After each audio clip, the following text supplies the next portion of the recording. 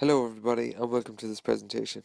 My name is David Donnellan and I'm here today to present to you about supply and demand. This presentation is a brief introduction into supply and demand and it's what we can expect to see as we go further on our study in this topic. So what are we going to learn today? Well, the first thing we're going to look at is the rationale, so the why. So why is supply and demand important to us and why is it important that we know about it? The next thing we're going to look at then is context. So basically, what is it all about and what can we expect to see as we study this topic? Next up is teaching methodologies. So these teaching methodologies are going to create an active learning environment for us in the classroom.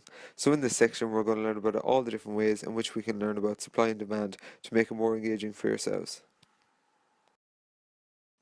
Following this, we'll look at key skills and how the topic of supply and demand enhances these key skills. Lastly, then we'll look at cross-curricular links, so basically how supply and demand can further our understanding of other subjects that we might be studying. So why supply and demand? Well, first and foremost, it plays a significant role in our everyday lives. What holidays we book and what food we buy are all factors based off supply and demand. Furthermore, it outlines how different factors affect the supply and demand of products and services, so it demonstrates how the likes of technology and labour could affect the supply and demand of products in the marketplace. The last key reason why we need to understand supply and demand is it teaches us how prices are set. So it teaches us that the market will guide the price to an equilibrium level where supply and demand is equal, as represented by the graph at the top of the screen. So what is it all about?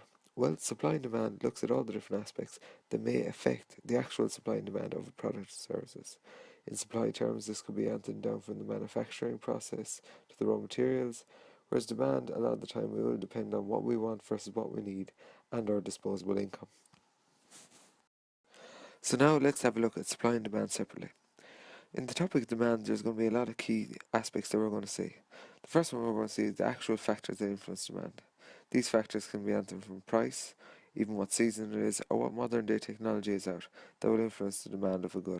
Next, the topic will cover a lot on what's known as demand curves. Demand curves are a representation of what happens to the demand of a good if the price changes. Next, we will look at the different types of goods and different types of demand that there is. For example, the demand for iPhones and the demand for food are very, very different because one is a luxury good which we want, however, food and water are necessities to live, so therefore they're always in demand. And the last key area of demand is what's known as elasticity of demand. Elasticity of demand is essentially us measuring how much the change in demand will be if that product or service were to change its price. So now let's look at the supply side of things. If we look at the subtopics of supply, we actually see that they're very, very similar to the demand subtopics. First one we're going to look at is the factors that influence supply. Similar to demand, these factors can be price, weather and technology. Similar to demand, supply is also represented by its own curve, known as the supply curve. A supply curve represents how much the producer is willing to supply at a different level of price. The next subtopic that we're going to look at is elasticity of supply. Similar to the principle that we had previously witnessed in demand, elasticity of supply is a measure of the change in the supply of a good depending on the change in the price of that good. The final subtopic we'll look at in supply is short-run and long-run supply.